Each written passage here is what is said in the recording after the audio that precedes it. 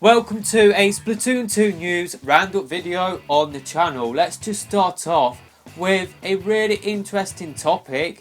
So in a news roundup early on in the week, I talked about how data miners, they haven't really found that much fresh new content within the 4.5 update. Well, people have spent a little bit more time combing through that update, and people have found something really interesting within that update. So data miners Inc_Larry and Oatmeal Dome, they have discovered the first hints towards the next special Splatfest. So pretty much Inc_Larry, he discovered that pretty much Nintendo, they are preparing to use Pearl and Marina's Octo expansion outfits for Splatfest, just because they are giving those outfits Splatfest news animations. So it seems like those outfits will be used for a future Splatfest. In terms of what Splatfest they will be used in, Oatmeal Dome discovered those animations within a special Splatfest codenamed HAR. Now the theory going around in the community at the moment is that HAR is short for Haru, which is the Japanese word for spring. So it seems like the next special Splatfest will be coming in spring, with Pearl and Marina having their Octo expansion outfits in Splatfest for the first time. Now I would class spring to be April, with May being the latest, so I think we will get the next special Splatfest really soon. In terms of what it will be, like what theme it will be, I have always had the idea of it being Easter themed, but with Pearl and Marina supposedly wearing their Octo expansion outfits during the next special Splatfest. They don't necessarily scream out Easter to me. Maybe they are just placeholders, but I really doubt that. So maybe the next special Splatfest will be Octo expansion themed, although we had another Octo expansion sort of themed Splatfest earlier on in the life cycle, where we had Inklings versus Octolings, where Team Octolings could be Octolings even if they didn't have the Octo expansion DLC. So yeah, this is really interesting. This is our first hint of the next special Splatfest. Of course, I will keep you guys up to date with special Splatfest news on the channel. So yeah, I think we will be getting news of the next special Splatfest really soon, especially if it is due to happen in spring. Nintendo like to announce special Splatfest a few weeks before they do actually happen. So yeah, I think we are only just like a few weeks away from getting news of the next special Splatfest. So I have just finished recording the video. I will let you guys listen to the rest of it after this short little section. It is related to what I have just been talking about in terms of special Splatfest hints. So I was just editing the video and I was just making sure I got everything right, just because there was something I got wrong in the last video. That was in terms of the April Salmon Run reward gear. I said it was the worker's head towel. Of course it's not, it is a sailor cap. So I wanted to make sure I've got everything right before I did finished editing this video. I'm sure there is something wrong also in this video, apologies if there is, but pretty much another data miner called Lean Yoshi has found some really interesting stuff in terms of the next special Splatfest that supports my theory of it being Easter themed. Lean Yoshi has found some icons for the next special Splatfest. One is a flower, one is an Easter egg, another one is just a sweet or candy. So yeah, it seems like the next special Splatfest will be Easter themed. I'm not really sure what the topic will be. Maybe it will be an Easter chick versus the Easter bunny. Maybe it will be an Easter egg versus something else. I can't really think of anything else apart from that. So yeah, I'm not really sure what the outfits in terms of Pearl and Marina's Octo expansion outfits. I'm not really sure why they would be used in an Easter themed Splatfest. And yeah, like what I was saying before I did go into this little section, I will of course keep you guys up to date with any information we do get about the next special Splatfest. I think it will be Easter themed now. I think it will be happening next month, and I think we will get news of it either at the North America Inkoming Open, or who knows, maybe a little bit before PAX East on the 30th of March. Also, people, they have data mined the 4.5 update, and they have found that the Rollonium mechanic will be used online, supposedly in a future Shifty Station stage. Speaking of Shifty Station, the next Shifty Station that we will all be playing on this weekend, it will have the mechanic or the gimmick or the feature of spreaders connected to Splat switches.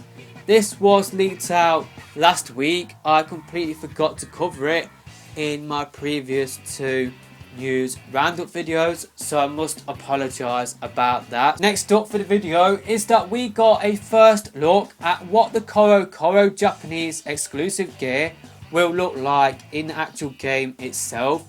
Previously we had just got artwork for the design. It definitely did polarize the community, but seeing what that gear will look like in the game, it definitely does make me want that gear.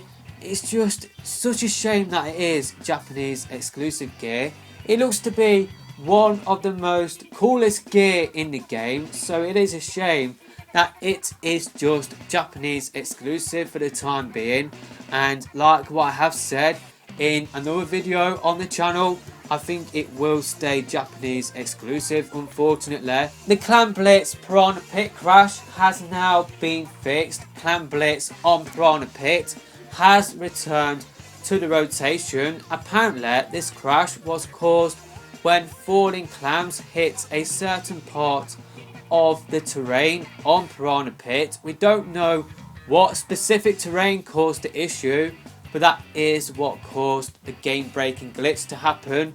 Thankfully it did get fixed with an update early on today. Now this popped up in the news around about 2 or 3 weeks ago now, so maybe you guys have heard about this before this video, but basically there is a new website called noclip.website that allows you to go out of bounds in various games. I know Wind Waker is up there, Mario Kart Wii, you've got Mario Odyssey, Zelda Breath of the Wild, but Splatoon is also up there. It is the first Splatoon game, but pretty much it is a website that allows you to explore out of bounds in all of the stages in the first game. Now it isn't as detailed as the game itself, but this is an easier way just to explore all of the Splatoon 1 stages without trying to do out of bound glitches or hacking the game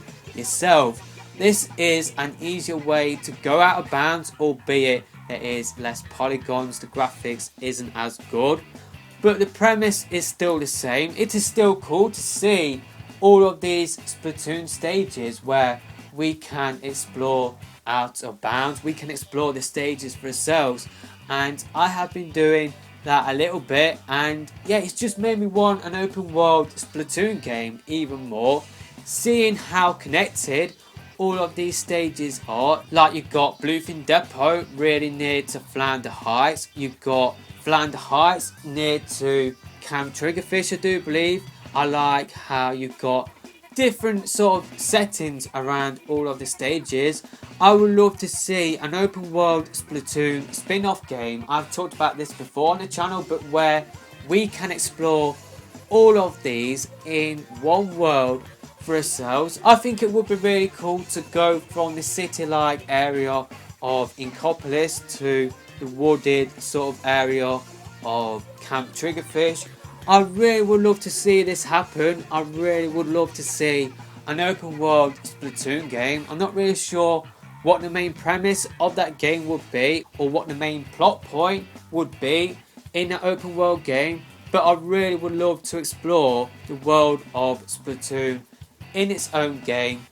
It would be open world. I just would love to see it happen one day. Yeah, this website, I will leave a link to it in the description below. Speaking of Splatoon 1, there is a really cool image floating around showing all of the developers developing Splatoon 1. You can see Wii U development kits, you can see where Splatoon was developed, and yeah, I just found that really cool to see where one of my favourite gaming franchises of all time was developed. You can see one of the co-producers, Sakaguchi, in the photo. Sakaguchi didn't develop or produce Splatoon 2, that was just left to Nagame. Sakaguchi, he went on to help out producing and creating all of the Nintendo Labo stuff we are seeing right now. So yeah, that is a really cool image. Now, one cool artwork we got recently was for White Day. We got a new piece of artwork to celebrate White Day. Now, what White Day is, it is a celebration 1 month after Valentine's Day. Now, pretty much in countries that do celebrate both Valentine's and White Day, pretty much women only on Valentine's Day, they would buy their male partners gifts on Valentine's Day. White Day would be so that men could repay women for the gifts that they got on Valentine's Day. So men would repay the favour by getting women gifts on White Day. So yeah, we've got a new piece of artwork to celebrate White Day happening in Japan. It definitely does look really cool. It will be on screen now. The last piece of news that I will be bringing you in this video is that previously Japanese exclusive gear, it is coming to Uniqlo. I probably have pronounced that wrong. There are a few Splatoon t-shirts coming to Uniqlo in April. The price differs. Kids t-shirts are priced at $10. Adults are priced at $15.